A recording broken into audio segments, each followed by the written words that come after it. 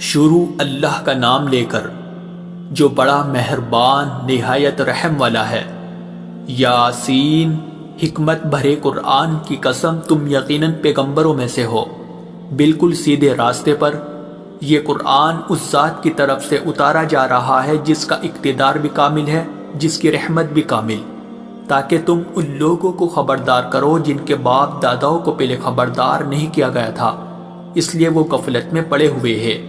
حقیقت یہ ہے کہ ان میں سے اکثر لوگوں کے بارے میں بات پوری ہو چکی ہے، اس لیے وہ ایمان نہیں لاتے۔ ہم نے ان کے گلوں میں توق ڈال رکھے ہیں جو ٹھوڑیوں تک پہنچے ہوئے ہیں، اور اس وجہ سے ان کے سر اوپر کو اٹھے گئے ہیں، اور ہم نے ایک آڑ ان کے آگے کھڑی کر دی ہے اور ایک آڑ ان کے پیچھے کھڑی کر دی ہے، اور اس طرح انہیں ہر طرف سے ڈھانک لیا ہے، جس کے نتیجے میں انہیں کچھ سجائی نہیں دیتا۔ اور ان کے لیے دونوں باتیں برابر ہے، چاہے تم انہیں خبردار کرو یا خبردار نہ کرو، وہ ایمان نہیں لائے گے۔ تم تو صرف ایسے شخص کو خبردار کر سکتے ہو جو نصیحت پر چلے اور خدا رحمان کو دیکھے بغیر اس سے ڈرے، چنانچہ ایسے شخص کو تم مغفرت اور باعزت اجر کی خوشخبری سنا دو۔ یقیناً ہم ہی مردوں کو زندہ کریں گے، اور جو کچھ عمل انہوں نے آگے بھیجے ہیں ہم ان کو بھی لکھتے جاتے ہیں، اور ان کے کاموں کی جو اثرات ہیں ان کو بھی، اور ہم نے ایک واضح کتاب میں ہر چیز کا احاطہ کر رکھا ہے۔ اور اے پیغمبر، تم ان کے سامنے ایک بستی والوں کی مثال پیش کرو جب ان کے پاس رسول آئے تھے۔ جب ہم نے ان کے پاس شروع میں 2 رسول بھیجے تو انہوں نے دونوں کو جھٹلا دیا، پھر ہم نے ایک تیسرے کے ذریعے ان کی تائید کی، اور ان سب نے کہا کہ یقین جانو ہمیں تمہارے پاس رسول بنا کر بھیجا گیا ہے۔ انہوں نے کہا تمہاری حقیقت اس کے سوا کچھ بھی نہیں ہے کہ تم ہم جیسے ہی آدمی ہو، اور خدا رحمان نے کوئی چیز نازل نہیں کی ہے اور تم سراسر جھوٹ بول رہے ہو۔ ان رسولوں نے کہا ہمارا پروردگار خوب جانتا ہے کہ ہمیں واقعی تمہارے پاس رسول بنا کر بھیجا گیا ہے، اور ہماری ذمہ داری اس سے زیادہ نہیں ہے کہ صاف صاف پیغام پہنچا دے۔ بستی والوں نے کہا ہم نے تو تمہارے اندر نحوست محسوس کی ہے، یقین جانو اگر تم باز نہ آئے تو ہم تم پر پتھر برسائے گی اور ہمارے ہاتھوں تمہیں بڑی دردناک سزا ملے گی۔ رسولوں نے کہا تمہاری نحوست خود تمہارے ساتھ لگی ہوئی ہے، کیا یہ باتیں اس لیے کر رہے ہو کہ تمہیں نصیحت کی بات پہنچائی گئی ہے؟ اصل بات یہ ہے کہ تم خود حد سے گزرے ہوئے لوگ ہو۔ اور شہر کے پلے علاقے سے ایک شخص دوڑتا ہوا آیا، اس نے کہا اے میری قوم کے لوگوں، ان رسولوں کا کہنا مان لو، ان لوگوں کا کہنا مان لو جو تم سے کوئی اجرت نہیں مانگ رہے اور وہ صحیح راستے پر ہے، اور بھلا میں اس ذات کی عبادت کیوں نہ کروں جس نے مجھے پیدا کیا ہے، اور اسی کی طرف تم سب کو واپس بھیجا جائے گا۔ بھلا کیا اسے چھوڑ کر میں ایسوں کو معبود مانوں کہ اگر خدا رحمان مجھے کوئی نقصان پہنچانے کا ارادہ کر لے تو ان کی سفارش میرے کسی کام نہ آئے اور نہ وہ مجھے چھڑا سکے؟ اگر میں ایسا کروں گا تو یقیناً میں کھلی گمراہی میں مبتلا ہو جاؤں گا۔ میں تو اپنے پروردگار پر ایمان لا چکا، اب تم بھی میری بات سن لو۔ آخر کار بستی والوں نے اسے قتل کر دیا، اور اللہ کی طرف سے اس سے کہا گیا کہ جنت میں داخل ہو جاؤ۔ اس نے جنت کی نعمتیں دیکھ کر کہا کہ کاش میری قوم کو معلوم ہو جائے کہ اللہ نے کس طرح میری بخشش کی ہے اور مجھے باعزت لوگوں میں شامل کیا ہے۔ اور اس شخص کے بعد ہم نے اس کی قوم پر آسمان سے کوئی لشکر نہیں اتارا، اور نہ ہمیں اتارنے کی ضرورت تھی، وہ تو بس ایک ہی چنگھاڑ تھی جس سے وہ ایک دم بجھ کر رہ گئے۔ افسوس ہے ایسے بندوں کے حال پر، ان کے پاس کوئی رسول ایسا نہیں آیا جس کا وہ مذاق نہ اڑاتے رہے ہو۔ کیا انہوں نے نہیں دیکھا کہ ان سے پہلے ہم نے کتنی قوموں کو اس طرح ہلاک کر چکے ہیں کہ وہ ان کے پاس لوٹ کر نہیں آتے؟ اور یہ جتنے لوگ ہیں ان سبھی کو اکٹھا کر کے ہمارے سامنے حاضر کیا جائے گا، اور ان کے لیے ایک نشانی وہ زمین ہے جو مردہ پڑی ہوئی تھی، ہم نے اسے زندگی عطا کی، اور اس نے غلہ نکالا جس کی خوراک یہ کھاتے ہیں،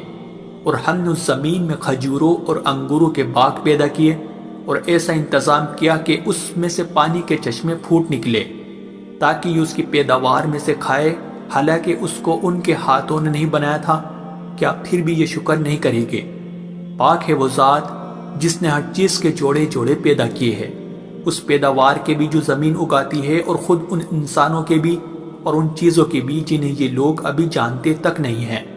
اور ان کے لیے ایک اور نشانی رات ہے، ہم اس پر سے دن کا چھلکا اتار لیتے ہیں تو وہ یکایک اندھیرے میں رہ جاتے ہیں اور سورج اپنے ٹھکانے کی طرف چلا جا رہا ہے۔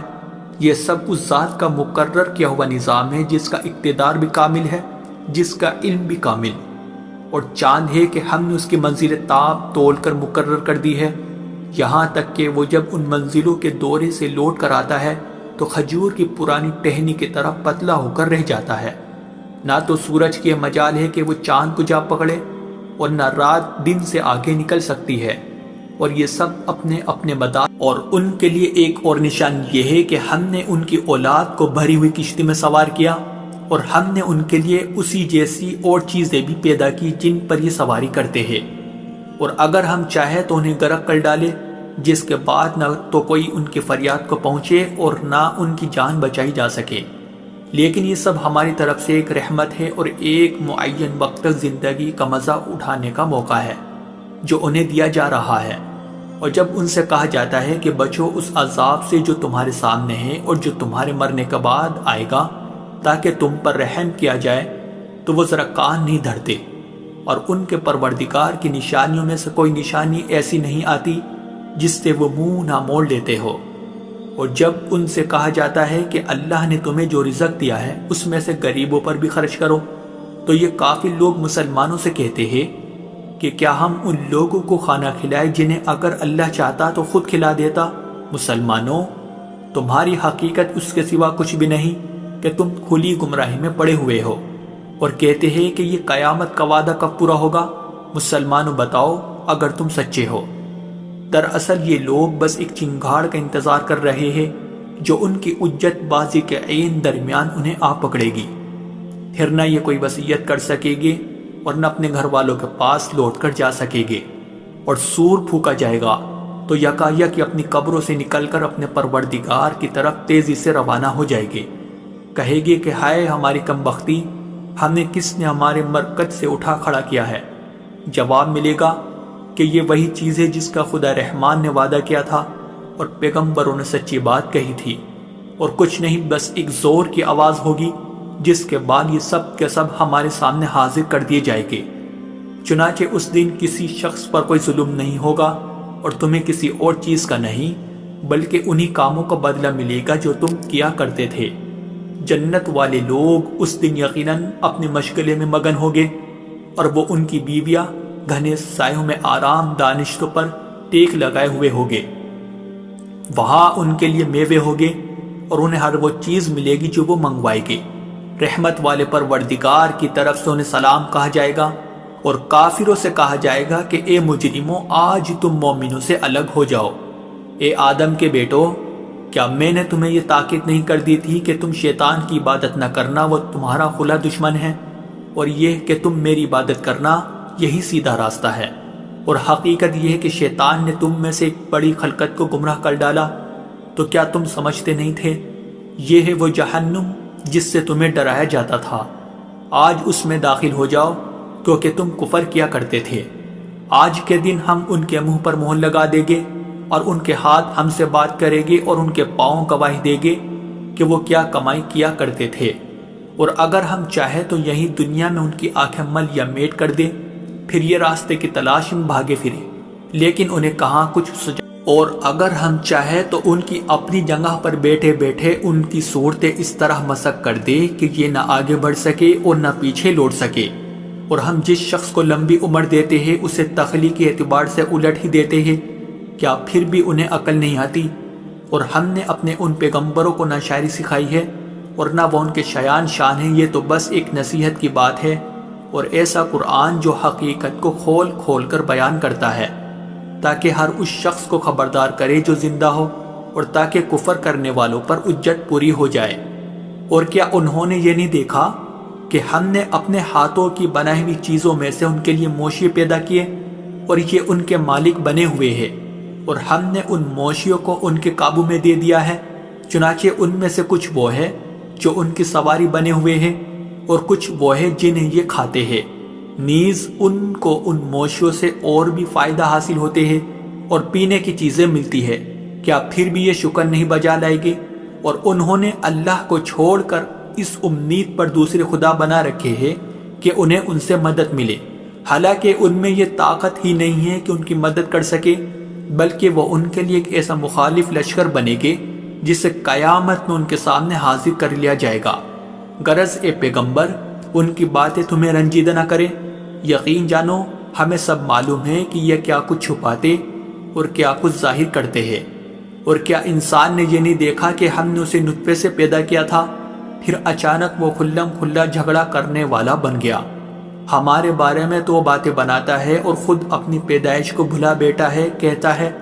کہ ان ہڈیوں کو کون زندگی دے گا جب کہ وہ گل چکی ہوگی۔